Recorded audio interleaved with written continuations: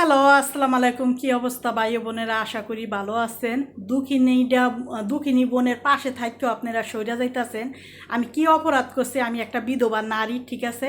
আল্লাহ আমার এক জায়গা দিয়ে আমার পথ খুলে দিছে। আমি হয়তো ইউটিউবে একটু ভিডিও বানাইয়া ছাড়ি, এইটা দিয়ে হয়তো আমার কম বেশি ইনকাম হইব, ঠিক আছে? সেটাও আপনারা বন্ধ করে দিতেছেন।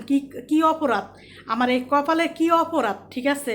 কি কারণে আমার রিপোর্ট মারতেছেন ভাই ও বোনেরা? কি কারণে? শুধু বাইয়াদের বলতেছে বোনরা এরকম সর্বনাশ আমার করবো না।